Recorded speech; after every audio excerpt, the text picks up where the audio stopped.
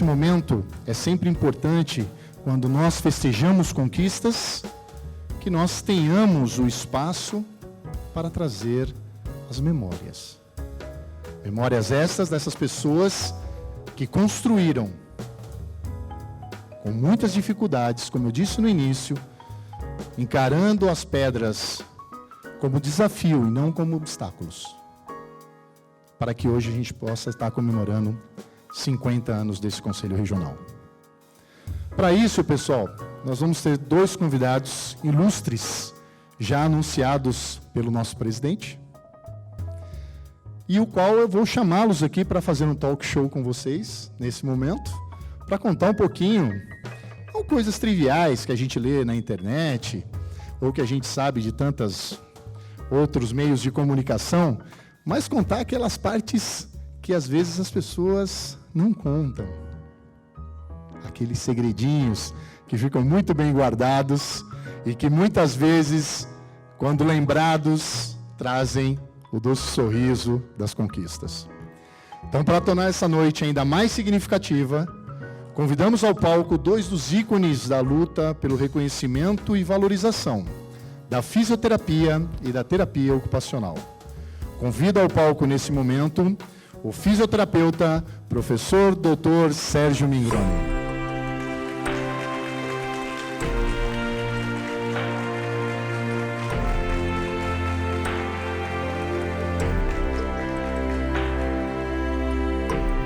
Doutor Sérgio, tão cavalheiro. Então vou ajudá-lo, professor. E convido também a terapeuta ocupacional com o registro de número 1 do Brasil em terapia ocupacional, doutora Veridiana Arbe Macufi, que gentilmente será conduzida pelo elegante cavalheiro, professor doutor Sérgio Mingroni.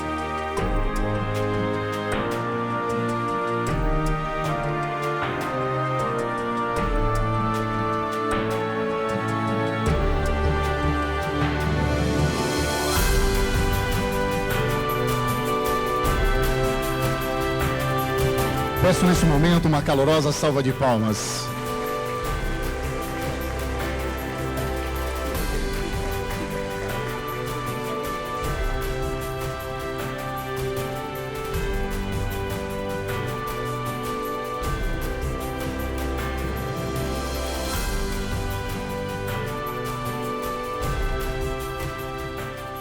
Muito bem.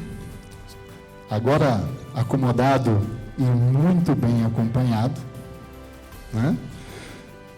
Gostaria primeiro de agradecer a presença dos dois.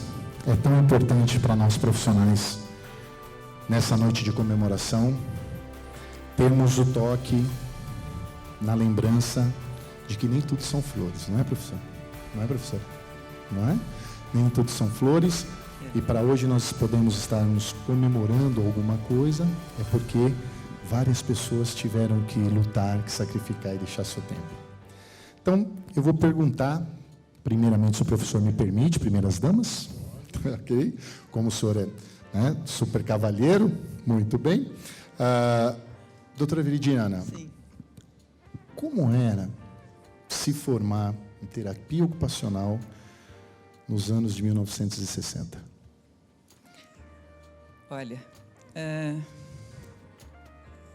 eu fui fazer terapia ocupacional, fiz um vestibular, foi o último vestibular que a USP fez com teste psicotécnico. Na verdade, eu sabia o que era terapia ocupacional, mais ou menos. Fiz o vestibular, entrei, fiz o curso, que era um curso todo vindo de fora, dos Estados Unidos. Nossa coordenadora era uma americana. Quando eu entrei e começamos a fazer o curso, a fisioterapia e a terapia ocupacional tinham o mesmo curso no primeiro ano. A gente corria junto, que era os cursos da medicina.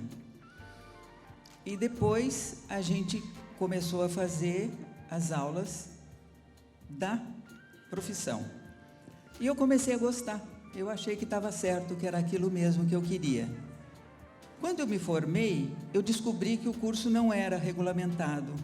Eu estava tão encantada com tudo que estava vendo que não percebi. Quer dizer, uma jovem absolutamente fora sei lá. Nesse tempo, eu comecei imediatamente a trabalhar. Era muito interessante, porque naquela época eu tinha convites de trabalho todos os meses. Era uma coisa que me deixava até meio assustada. Eu comecei a trabalhar, depois, 2 anos, a Sônia Guzman, nossa querida amiga fisioterapeuta, ela se formou junto com o Sérgio. Você foi junto com a Sônia? A Sônia foi um pouco antes. Um pouco antes e depois o Sérgio. E aí a gente começou a perceber, nós éramos pessoas que realmente tínhamos uma articulação muito grande dentro da escola. E a gente começou a se reunir para fazer com que aquela profissão tivesse um peso de profissão universitária.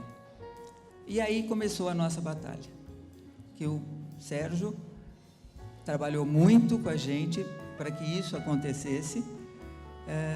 Tivemos uma batalha de 4 anos, correndo deputados, senadores, ministros, reuniões incansáveis, até que conseguimos. Era um grupo de pessoas que fazia isso. A Sônia, na época, era presidente da Associação Brasileira de Fisioterapia, e eu era presidente da Associação de Terapeutas Ocupacionais do Brasil, que era a TOB. Juntamos uma meia dúzia de pessoas que também se interessavam para que isto acontecesse e começamos a batalhar. Conseguimos um contato com o deputado Gastone Rigg, que foi a pessoa que realmente vestiu a camisa, levou para o Planalto e virou uma lei. E essa lei foi feita no governo militar, assinada pelos 3 ministros militares, porque o Costa e Silva tinha passado por um acidente vascular. Sim. E ele teve uma hemiplegia significativa. E precisou dos profissionais. Precisou, que aí entra o Luciano Castelo Branco, Sim. que nos ajudou bastante nos contatos em Brasília. Perfeito. E aí assumiu a presidência os 3 ministros, o ministro do Exército, o ministro da Aeronáutica e o ministro da Marinha. Foram eles que assinaram. Os 3 assinaram a lei, a 938, em 13 de outubro de 1965. 9. Não, desculpe, 9. 75 é o outro, é o conselho. Então, amanhã fazemos 50 anos. E foi assim. O Sérgio foi uma das pessoas que trabalhou muito nessa ocasião. Realmente é uma pessoa que é muito bem antenada, uma pessoa que tem assim reflexos, apesar de ser homem, né, Sérgio? Seus reflexos são muito rápidos, então ele realmente conseguia fazer 2 coisas ao mesmo tempo. Ele conseguia fazer 2 coisas enquanto eu e a Sônia fazíamos 15. 10. Mas tudo bem, sem problema nenhum.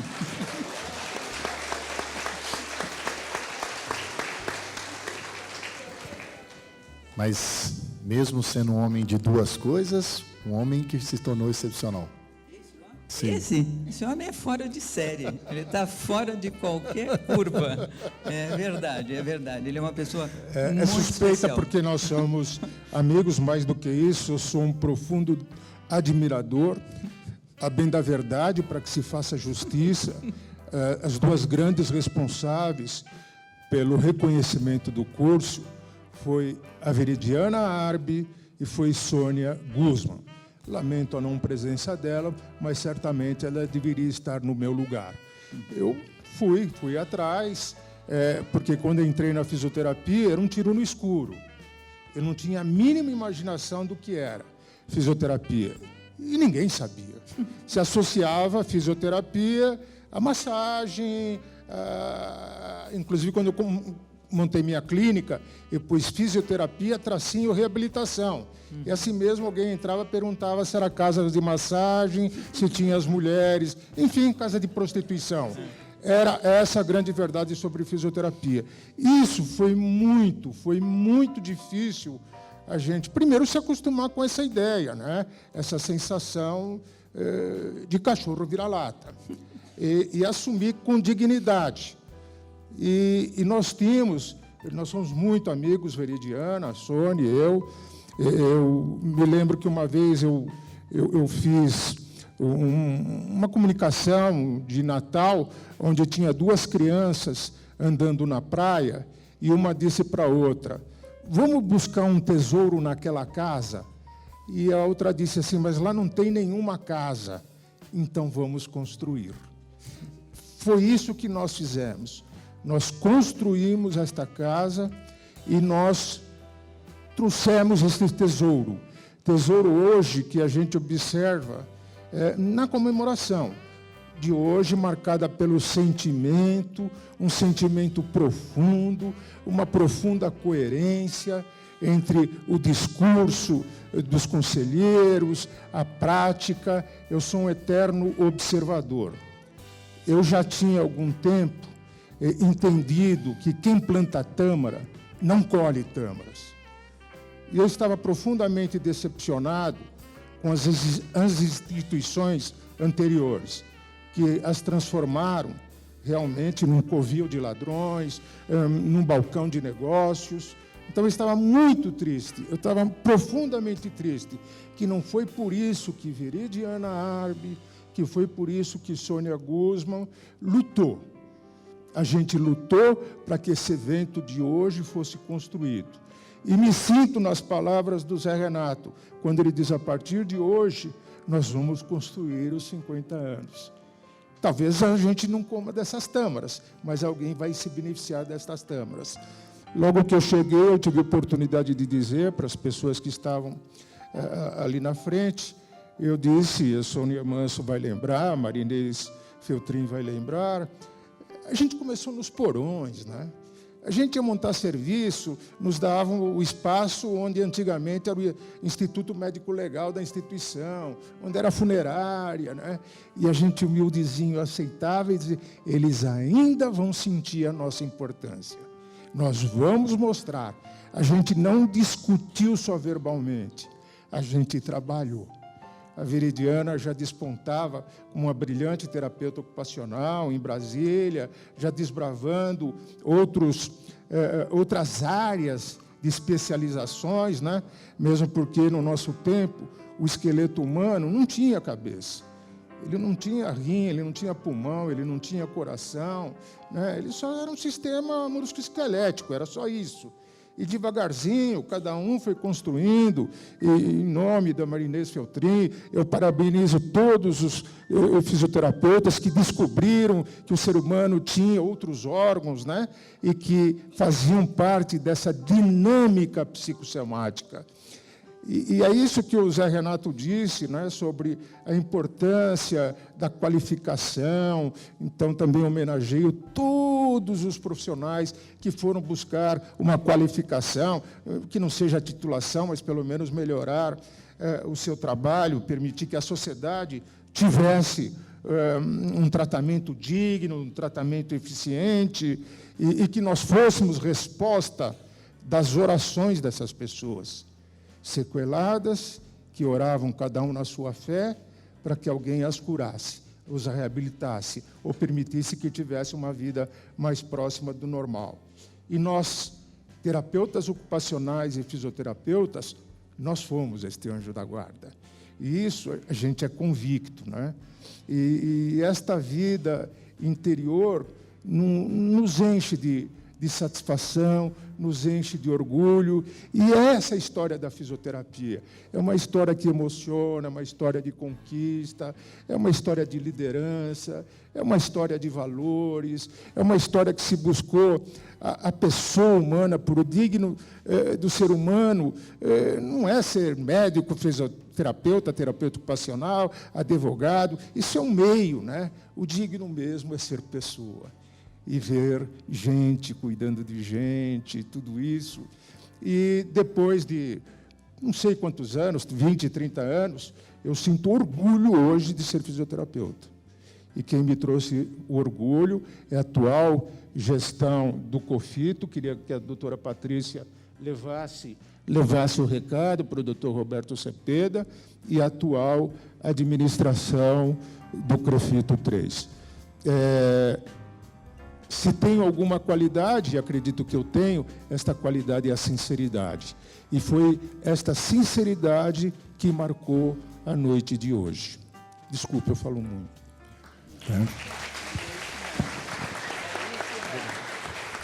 Na verdade, professor, falar é para quem pode, falar para quem tem conteúdo e para quem tem o que dizer.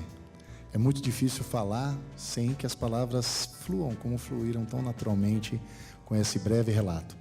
Desculpe a falta de educação, mas quantos anos de formado, professor? Me formei em 70. Eu formei em 70. Eu tenho 49 anos de formado. 49 anos de formado, né? Não por competência, mas por valor histórico, né? Por estar na história.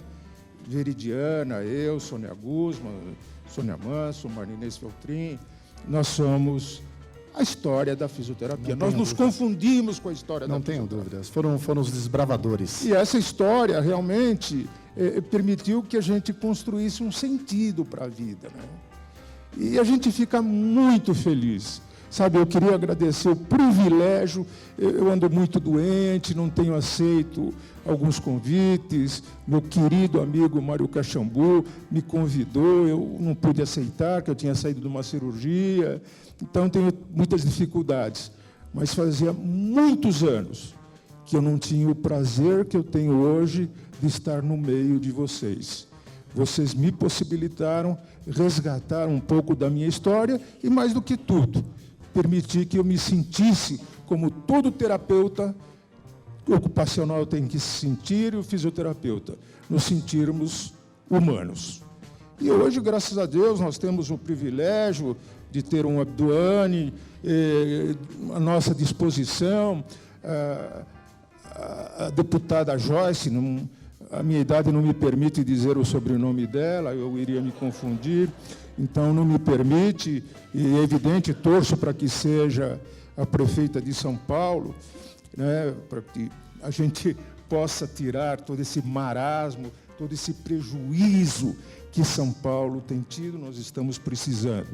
Como a gente precisou da atual gestão do CREFITO 3. Era uma questão de sobrevivência, havia necessidade em transformar as coisas pelo qual nos sentimos dignos, orgulhosos. E eu os agradeço do fundo do coração. Muito bem, professor. Essa colocação que o senhor fez é muito importante, porque vários de nós aqui somos professores, né? Estamos preparando as outras gerações. Eu tenho, vai para 22 anos de docência, e eu sempre digo para eles o seguinte: nós temos duas coisas que são importantes, tanto na fisioterapia como na terapia ocupacional, que para você ser um profissional bom, você precisa ser primeiro um ser humano melhor. Sim, sem dúvida. Porque o momento em que a gente trabalha, a gente toca o templo sagrado de uma outra pessoa, que é o seu corpo. E a outra coisa que eu falo sempre para eles, né, além de ser um ser humano melhor, é que nós precisamos fazer com que o nosso paciente acredite no que nós estamos fazendo. E isso não se usa mais a axiologia. Eu brinco que a fisioterapia e a terapia ocupacional aboliram a axiologia dos seus quadros. Ou você sabe, ou você vai estudar. não é verdade? Sem dúvida. Então, eu acabo de vir agora, fui mestre de cerimônia num meeting internacional, que sempre vêm os melhores fisioterapeutas do mundo. E qual não é o meu orgulho, falo isso para vários profissionais brasileiros que estavam lá, quando você está assistindo uma apresentação de um fisioterapeuta americano, de um fisioterapeuta inglês, de um fisioterapeuta belga, como foi esse ano, e você vê nomes dos fisioterapeutas brasileiros como referência. É um orgulho sem tamanho para um país que já não investe muito em pesquisa e saber que nós da fisioterapia trabalhamos nessa onda que está vindo fortemente nos nossos trabalhos em evidência. Sabe por quê, Paulo? A gente tem que repensar um pouquinho. Em primeiro lugar, se eu tivesse outra possibilidade de um novo nascimento, eu queria ser fisioterapeuta e professor. Realmente deu um sentido especial para a minha vida. A única coisa que nós vamos rediscutir assim, qual é a função da escola, né? Porque ninguém educa ninguém, ninguém se educa sozinho, as pessoas educam-se entre si, mediadas pela realidade. Essa é a grande verdade. No nosso tempo, a gente ia na escola para ter informação. Agora, não se precisa numa instituição para ter informação. A gente tem o acesso com a maior facilidade, né? Qual ficou a função de uma escola? Qual é a função de um professor? Ajudar na formação. Mas a pergunta que se faz, eles estão preparados para isso?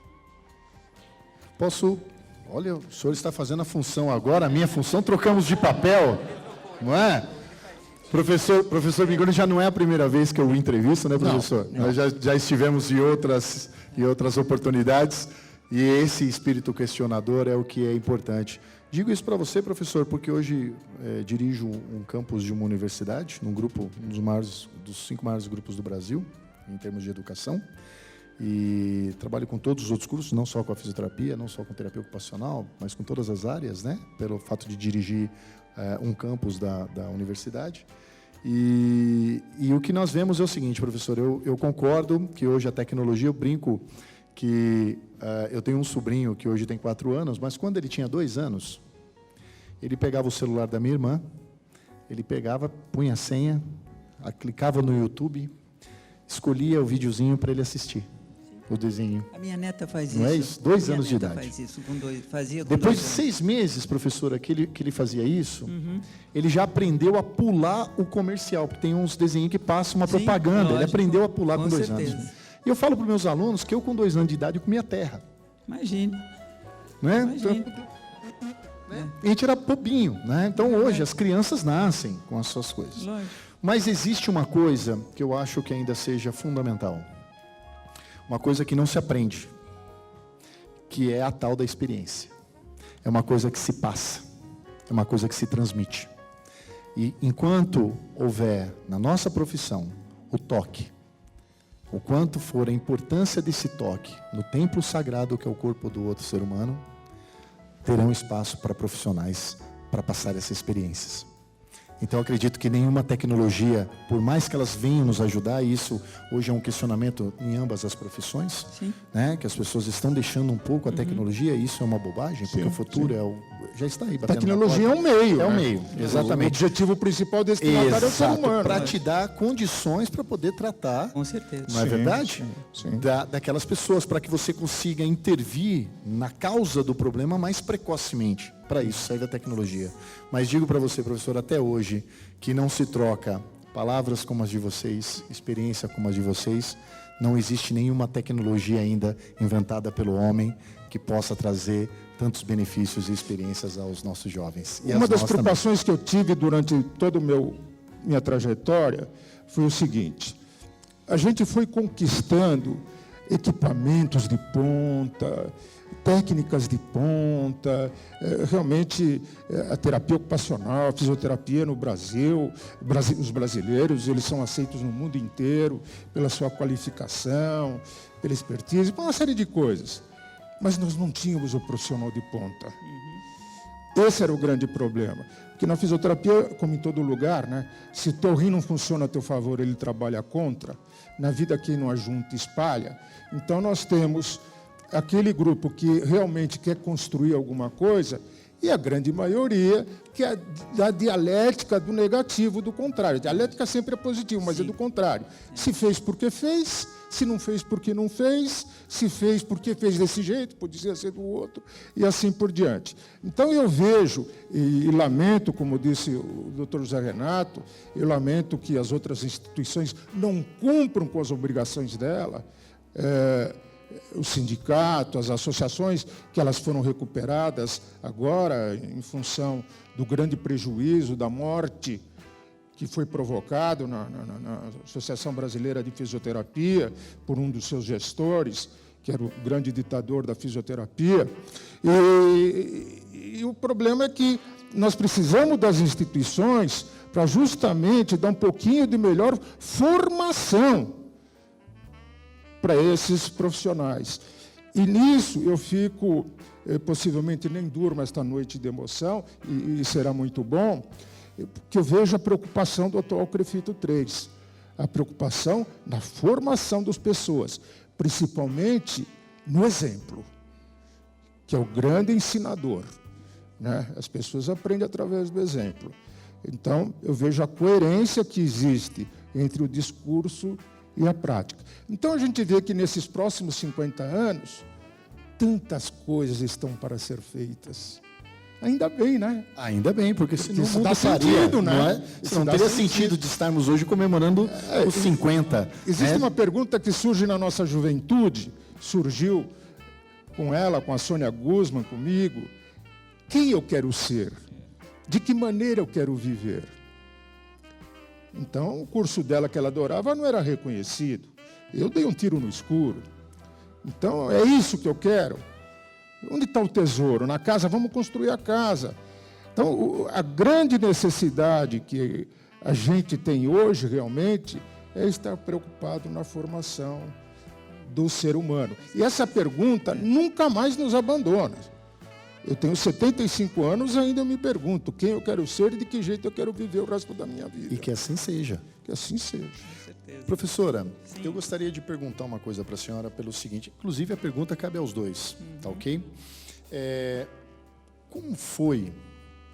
A senhora disse que quando entrou na faculdade não se sabia o que seria, né? Se perguntava assim, você faz fisioterapia? Fisioterapia é o quê? Terapia ocupacional é o quê? É a área médica, né? Se falava esse termo antigamente, hoje se fala área da saúde, né? Todos estamos no mesmo patamar, todos os profissionais de várias áreas específicas. Mas como foi na época, quando a senhora se formou, de além de trabalhar, além de exercer o trabalho tão importante do terapeuta ocupacional, explicar para essas pessoas? Digo isso porque vou fazer agora 26 anos de formado. O professor Migoni foi muito feliz ao fazer essa colocação. Veja, o professor falou isso em 1970, eu já, muito depois, né, as pessoas perguntavam para mim e falavam assim, você está fazendo faculdade de quê? Eu estou fazendo fisioterapia. E, na minha época, né, passado, as pessoas falavam que quem fazia fisioterapia era os médicos e os dentistas frustrados, que não conseguiam passar no curso de medicina de odontologia a fazer fisioterapia. Então, que a gente já entrava com um fator pejorativo, né? E aí as pessoas falavam assim, nossa, você está estudando para quê? Eu estou estudando para ser fisioterapeuta. E eu só prestei vestibular para fisioterapia. Eu não prestei vestibular para outras coisas. Embora fui atleta profissional, educação física num primeiro momento, mas do momento, fisioterapia tem disso, né? E acredito que terapia ocupacional também. Bater o olho é a paixão à primeira vista, né? E as pessoas falavam assim, faz fisioterapia, você está estudando para ser massagista, né? Você chamava o fisioterapeuta de qualquer coisa, com todo respeito aos massoterapeutas, né? Cada um dentro das suas características, né? Nenhum demérito ao massoterapeuta. Mas a fisioterapia é muito mais do que isso, a terapia ocupacional é muito mais do que isso, né? Como foi se formar, fazer o seu trabalho, e aí um tripé que eu acho extremamente importante, eu acho que está um pouco esquecido na nossa profissão, em ambas, né? Que eu sempre falo que nós temos um tripé muito importante, que é reabilitação, que é natural que nós fazemos, prevenção, que hoje em dia também é muito discutido, mas um último pé desse tripé, que é a promoção, promover a profissão. Como foi para a senhora se formar, trabalhar e promover a sua profissão, daquela época até hoje? Olha, deixa eu te falar uma coisa. Eu acho que a gente promove a profissão fazendo ela bem feita, sabe? Eu acho que quando você tem um trabalho realmente sério, você está promovendo aquilo que você faz. Então, eu acho muito difícil dizer o que é a terapia ocupacional, mas eu acho muito fácil fazer a terapia ocupacional. Eu preciso do outro para trabalhar com ele, e realmente, a hora que eu mostro um resultado de pacientes onde se trabalhou, eu estou promovendo aquilo que eu sou, tá? E te digo mais, eu fui profissionalmente, eu trabalhei numa clínica que era uma clínica, uma comunidade terapêutica, isto em 71. Olha quanto tempo faz, quando se começou a falar em psiquiatria social. Conseguimos fazer um trabalho, quer dizer, eu montei a terapia ocupacional nessa comunidade terapêutica. Então, era uma nova atividade lá dentro, onde tinha muito paciente que eles faziam antes trabalhos manuais, mexiam na terra, faziam, mas nada orientado. Então, começamos a fazer o trabalho orientado. Esse trabalho que eu fiz nesta clínica, junto com toda uma equipe, eu levei para um congresso brasileiro de psiquiatria. Cheguei no congresso, apresentei o trabalho de como era e como ficou, o que estava fazendo, quais eram as propostas. Acabando esse trabalho, a explanação do trabalho, veio um senhor conversar comigo. Era um senhor baixinho, de cabeça branca, que eu não conhecia pessoalmente, eu conhecia de livro, que era o professor Dr. Luiz da Rocha Cerqueira. Ele deve conhecer porque ele é pernambucano. E quem é terapeuta ocupacional também conhece, porque ele era um terapeuta ocupacional nato. Ele chegou para mim e disse assim: filha, eu gostei muito do seu trabalho. Eu era jovem, bem jovem. Eu vou ser coordenador de saúde mental de São Paulo e você vai trabalhar comigo. Juro para vocês, na hora eu achei que ele estava delirando, porque ele era pernambucano, morava no Rio de Janeiro e dizia que ia ser coordenador de saúde mental em São Paulo. Tudo bem, professor, olha, eu vou me sentir muito honrada. Passado 2 meses, ele me telefonou. Vou para a coordenadoria e você vai comigo. Eu preciso de uma pessoa como você. Foi realmente uma glória, porque, na verdade, ele era uma pessoa especialíssima e me deu a oportunidade de colocar muitas terapeutas ocupacionais no estado de São Paulo. Abrimos muita vaga na gestão que ele estava fazendo. Então, é por isso que eu te digo, a gente faz e mostra o que está fazendo. Não adianta eu te dizer o que é. Eu acho que é uma coisa que está dentro de você e que você... ele sempre dizia para mim, tudo que você faz com paixão. Na época, ele devia ter uns 70 anos. E eu era bem jovenzinha, então eu olhava e dizia, acho que ele sabe o que está fazendo, porque é uma pessoa que já viveu muito. E realmente eu acho que é isso, sabe, Paulo? É você realmente fazer bem feito. Eu acho que a hora que você mostra para uma família, um paciente com problema psicológico, psiquiátrico e tudo mais, e esse paciente volta a ser inserido nessa família, você ganhou a batalha, sabe? Eu acho que é isso que acontece. Na modernidade hoje, no marketing, se fala que é o buzz marketing, que é o boca a boca, não é isso, doutora Viridiana? Concordo com a senhora, é isso. O resultado é sempre o espelho de um bom trabalho, não é isso? Com certeza. Não é verdade? Verdade. Professor Migroni, a gente não faz polêmica, não gosta de cutucar a onça com a vara curta, mas rola uma história, e com fundos verídicos, de uma situação com o presidente da Associação Paulista de Medicina, o presidente da Associação Médica Brasileira. Chamaram um jovem lá e falaram para esse jovem: olha, meu amigo, o negócio é o seguinte, a partir de agora, acabou esse negócio aí de fisioterapia, quem vai assumir agora é o fisiatra. O senhor soube dessa história? O senhor conheceu esse jovenzinho aí? Essa pessoa fui eu. Antes de mais nada, esqueci de citar algumas vezes meu amigo João Bosco, que realmente fez sempre um trabalho diferenciado e que realmente dignifica a nossa profissão, João. Um beijão para você. E devo ter esquecido mais alguém, mas eu tenho o Estatuto do Idoso que me protege, então... Realmente, nós estávamos evoluindo e, como diz o ditado popular, ninguém chuta cachorro morto, porque hoje a gente percebe na fisioterapia, na terapia ocupacional, tem dois tipos de profissionais. Os que são bons, mas eles são muito bons. E o resto é ruim. É como diz um dos cozinheiros aí, chefe de cozinha, só tem comida boa e comida ruim, né? Só que no nosso tempo, o pessoal era de mais ou menos para bom, sabe? Havia gente excelente. E ninguém chuta cachorro morto. Aí começaram a perceber, esses caras estão ocupando espaço, esses caras estão incomodando, começou a incomodar. E aí eu era presidente da Associação Brasileira e eu fui chamado pela Paulista de Medicina e Brasileira de Medicina, dizendo que durante muitos anos a medicina tinha permitido, não delegado, mas ela tinha permitido que profissionais de outras áreas ocupassem os espaços no qual eles não haviam interesse.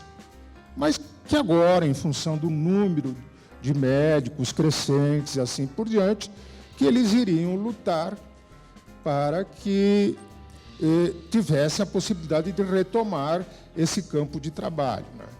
Então, eu fiquei um pouquinho entristecido, porque, é evidente, eles são super organizados, né? É uma briga que a gente nunca quis, né? Como que você vai brigar com um inimigo muito mais forte do que você? É mais fácil você se aliar a esse inimigo, né? Mas eu percebi que ali ficava muito difícil. E realmente eles criaram a fisiatria, que o objetivo era nem ocupar o cargo da fisioterapia. Porque terapeuta ocupacional, fisioterapeuta, não é para qualquer um. Porque assistência envolve cuidado, envolve paciência, né? Dedicação, como disse Hahnemann, né? Quem codificou aí a homeopatia. Se você não ama teu paciente, como que você pode ser bom para o teu paciente? Se você não ama teu aluno, como que você pode ser bom para o teu aluno, né? E tratar dá muito trabalho. Então, também se percebeu que o médico não gosta de tratar. Ele gosta de fazer exame, de pedir exame e assim por diante. Então, aquilo não nos incomodou muito. Eu disse, vocês que fazem fisiatria, e nós vamos fazer fisioterapia, né? E, realmente, houve algumas dificuldades. A gente não tinha apoio político nenhum, hoje muito diferente, né? Então, a gente tem alguns políticos que nos conhecem o trabalho, porque utilizaram, como disse a deputada federal e futura prefeita de São Paulo, como ela disse, realmente ela precisou da fisioterapia, como Costa e Silva precisou da fisioterapia, né? Que no mundo ou terapia ocupacional, só tem 3 tipos de pessoas. Quem já fez fisioterapia, quem está fazendo e quem vai fazer. Não tem jeito, né? Todo mundo passa pela fisioterapia ou pela terapia ocupacional. E a gente foi criando uma classe política, né? O servidor público, porque isto que é o político, né? E ele também está lá para defender os interesses da população, vendo o quanto que a gente podia contribuir, principalmente no que foi dito na prevenção dos acidentes, né? E fisiatria sempre foi medicina a reboque. Recebo o paciente do neurologista e encaminho para o fisioterapeuta. Recebo do ortopedista e encaminho para o fisioterapeuta, né? Eu estou um pouquinho fora do mercado, eu não sei se ainda tem fisiatra, né? Se tem, acho que só no Brasil, né? Nos outros países não existe. Se não me engano, me falha a memória, acho que só na Santa Casa de São Paulo ainda existe a residência em fisiatria. Lá sempre foi o grande reduto deles. Isso, é o HC, né? O HC também nós temos a residência, né? Mas problema a gente sempre vai ter, né? O ser humano, como outros animais, é um bicho territorial, né? Marca terreno, expulsa o predador, outro predador que não seja da raça dele, né? Então, esses problemas a gente sempre vai ter. E eu sempre dizia, porque nós éramos um número pequeno quando a gente nos reuníamos, que a gente ia vencer com o trabalho. Não tem outro jeito. Politicamente a gente não tinha condições, porque haviam presidente da República médico, havia ministros médicos, deputados, etc. Haviam uma série de servidores públicos médicos. E a gente, coitadinhos, eram só nós, né? A gente podia contar com o trabalho, com a boa vontade de um outro paciente. Mas foi bom. Você sabe uma coisa, Paulo? Quando a gente estava batalhando o Conselho Federal e os regionais de fisioterapia e terapia ocupacional, ele sempre emperrava porque os fisiatras atrapalhavam o nosso caminho. Tinha um grupo de fisiatras no Rio Grande do Sul que eles tinham um poder muito grande, eles tinham amigos poderosos, então eles sempre seguravam a coisa. Mas, como diz o Sérgio, o trabalho é de formiguinha, a gente vai indo, derruba e mostra. Cada macaco no seu galho, tá? Vão fazer o que eles fazem, prescrevem a fisioterapia, porque eles queriam prescrever o que a fisioterapia e a terapia ocupacional fazia. E, na verdade, eles não têm capacidade para isso, porque eles nunca foram estudantes de fisioterapia e de terapia ocupacional. Então, para a gente, isso era muito claro. Vocês podem encaminhar para a gente o paciente, mas vocês não podem dizer o que eu vou fazer com ele, porque isso é um problema meu e eu que estudei para fazer isso. Mas vencemos os também e daí conseguimos o nosso conselho. Eu sei que o horário está difícil, né? Eu costumo dizer que o bom, às vezes, da minha palestra é que ela é breve. Mas tem um fato bastante super interessante que acredito que a gente tenha que lembrar, né?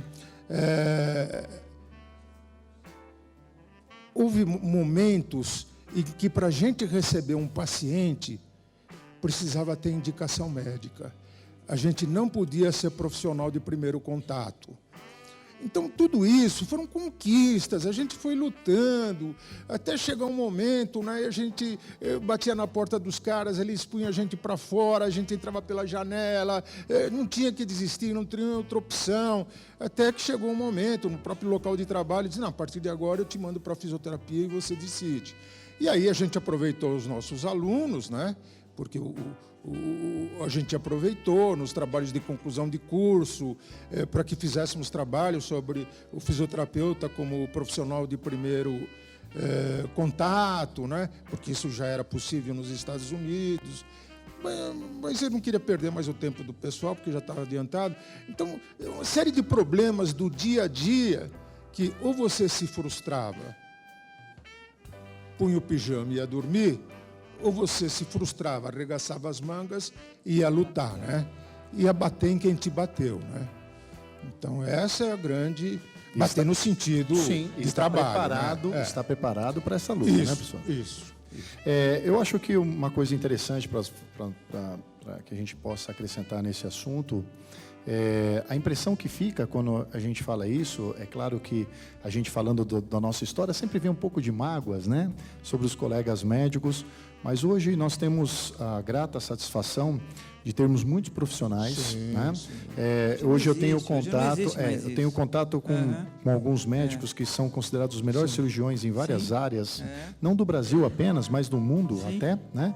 E em várias palestras em que eles participam dos congressos de fisioterapia, falando da parte clínica e depois o fisioterapeuta falando da parte reabilitacional, inclusive em congressos médicos, né? E em vários deles eles me falam o seguinte, ele fala, Paulo, não existe um bom cirurgião sem um grande fisioterapeuta lógico, dando com suporte. certeza. Porque senão as coisas não acontecem. Com né? certeza. Muito bem, eu Para a gente encerrar essa noite maravilhosa, com essa comemoração linda, eu estou aqui cercado, sempre um prazer, professor Sérgio, há tanto tempo já que nós nos conhecemos, há muito tempo que nós nos víamos, Tenho esse privilégio de conhecê-lo. O privilégio é todo meu, professor. E a professora Verigiana também, que tive o prazer de conhecê-la hoje, extremamente simpática, doce, antenada com as coisas que acontecem. Brevemente, para a gente terminar essa nossa conversa, é a pergunta que nós nos fazemos hoje, que o professor Mingroni até em um determinado momento das suas palavras fez uma colocação pertinente em relação a isso, que é o futuro das nossas profissões, né? Isso me preocupa muito, tanto da fisioterapia como da terapia ocupacional, né? Nós temos um fator político que não é simplesmente o fato de reconhecimento, mas principalmente de remuneração, de condições de trabalho, de posicionamentos, né? Então, brevemente, pelo passar do tempo, para que a gente possa ir ao coquetel, eu gostaria que vocês resumissem, em poucas palavras, primeiro a doutora Veridiana, o que a senhora vê para o futuro e o que a senhora acha que é o futuro? Olha, eu acho assim, que você, enquanto você tiver dirigentes de associações, de conselhos, de entidades que realmente possam responder pelas nossas profissões, que sejam decentes, probos, pessoas honestas, pessoas capazes, competentes, eu acho que a gente está seguindo para o futuro. Se o contrário acontecer, como estava acontecendo em São Paulo, eu acho que é a derrocada total. Eu acho muito difícil você continuar uma atividade profissional sem ter o respaldo de gente séria. Porque você pode fazer bem, mas se você não tem gente séria para ver o mal feito, fica complicado. Entende? Então eu acho que nós estamos no caminho. Eu realmente acho e sinto que o CREFITO 3 hoje tem um peso, tem profissionais absolutamente competentes e capazes e que sabem porque estão lá. Eu acho isso muito, muito positivo. Então, eu lamento não poder ver os 50 anos daqui para frente, mas chegar nos 50 lá, né? Os 100 anos não vai dar para eu ver. Vocês, por favor, me representem quando vocês chegarem lá. Eu gostaria muito de estar junto, mas não dá. Então, eu acho que vai ser muito bom se a gente tiver gente séria. Por favor, coloquem gente do naipe de vocês para continuar esse trabalho. Eu acho muito importante. E sempre me coloquei à disposição de vocês para realmente, se eu tiver alguma possibilidade de ajudar, vocês sabem que eu estou sempre à disposição.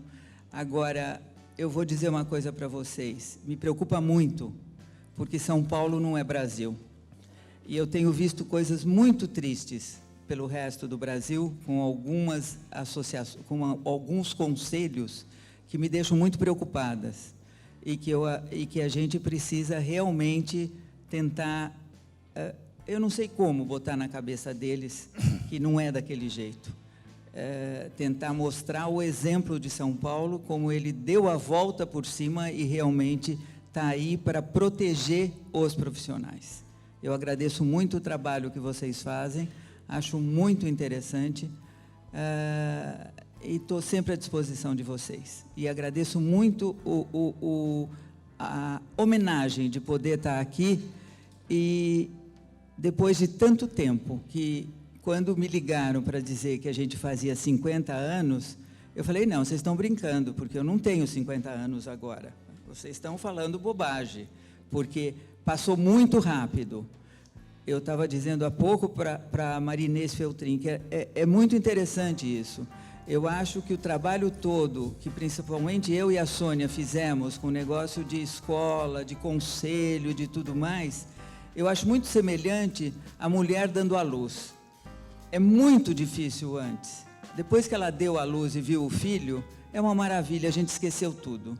Então eu não me lembro de tudo que eu passei e que foi muito difícil. Foi muito difícil, principalmente porque nós não tínhamos dinheiro para fazer o que a gente precisava fazer. Nós éramos duas moças que não deviam ter nada na cabeça para se meter num negócio desse e ficar falando com o ministro e general e presidente, coisa que o valha. Mas eu acho que fomos convincentes no que fizemos e conseguimos um grupo muito legal para trabalhar junto, e fico muito feliz de ver. Eu brinquei com a Maria Inês e falei, que coisa, né? Eu sou a mãe, eu realmente não posso me livrar disso, eu sou a mãe. E fico orgulhosa dos filhos que eu tenho, muito orgulhosa. Tá? Muito obrigada.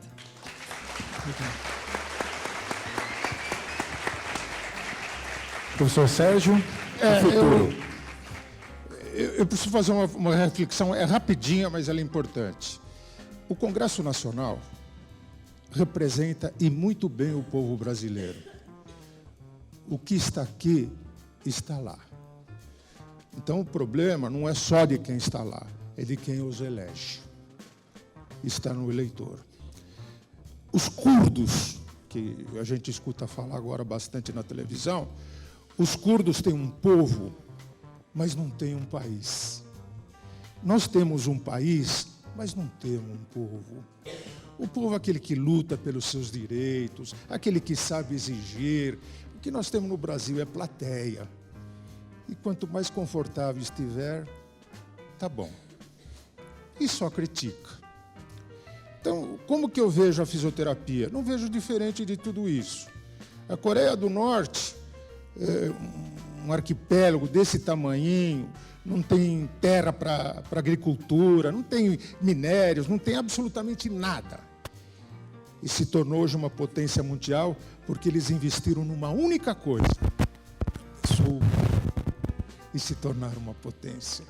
E para nós, brasileiros, a pessoa humana aqui não tem valor, né? Então, não vejo um futuro fácil, vejo as coisas muito difíceis, super difíceis, e a batalha é individual, que cada um saiba lutar o bom combate e, acima de tudo, dar o exemplo. Mas eu vejo com muita dificuldade.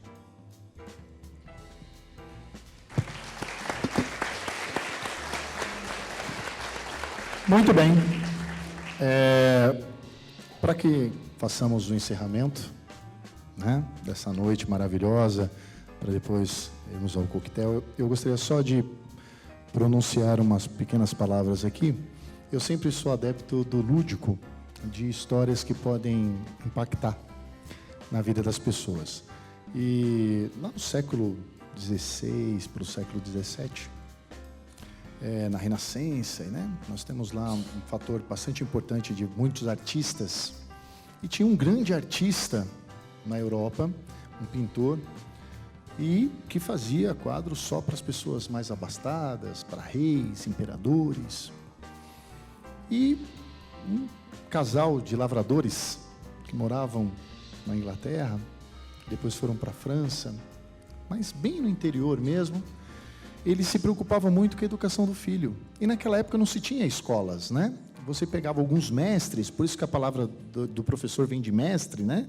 Então eram pessoas que tinham várias conjunturas, filósofos, que eram os mestres, e você tinha que pedir para que esse mestre aceitasse essa pessoa, no seu filho, no caso, para ensiná-lo.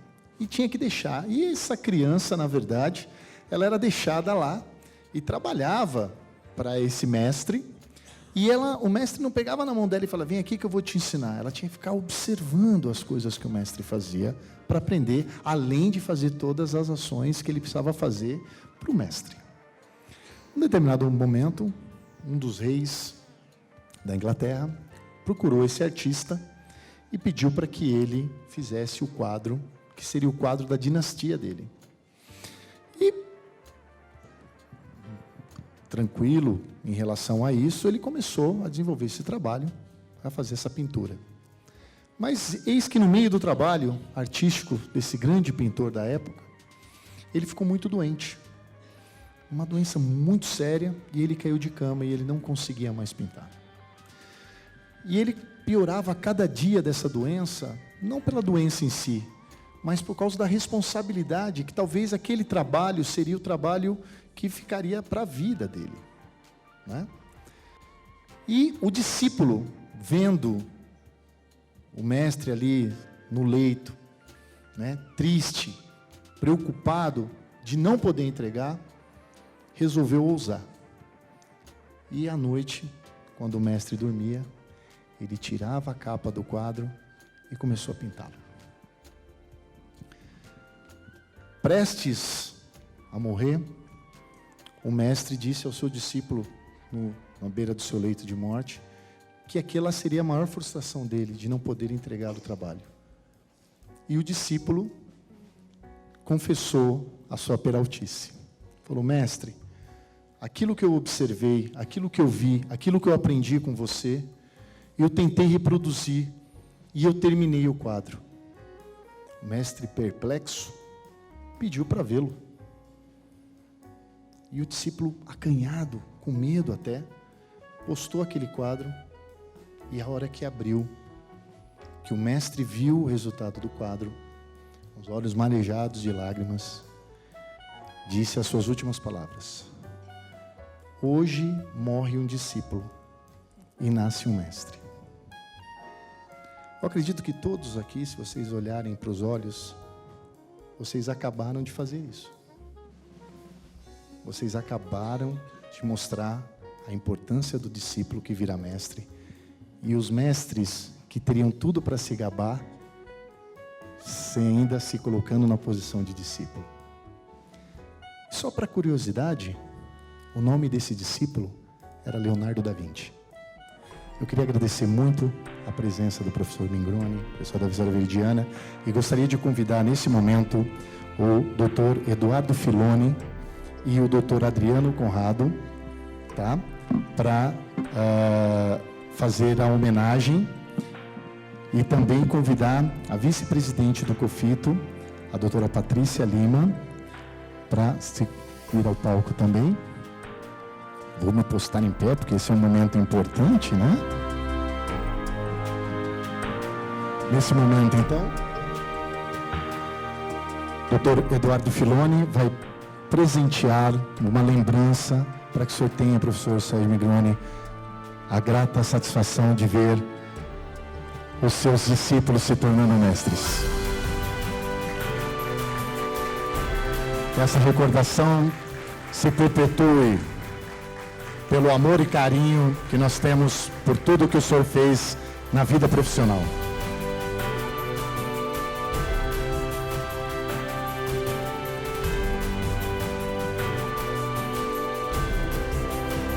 E agora, então, também gostaria de convidar o doutor Adriano Conrado e a doutora Patrícia Lima para entregarem a mesma homenagem, a mesma lembrança à doutora Veridiana, para que se perpetue o carinho e o amor que toda a profissão tem por eles e por tudo que eles fizeram por nós.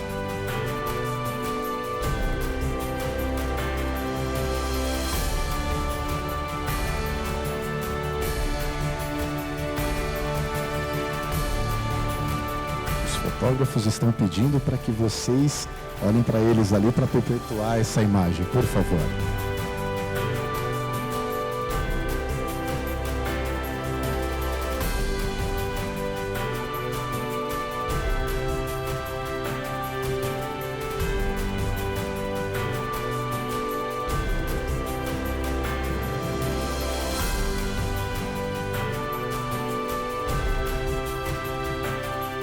Nesse momento, então,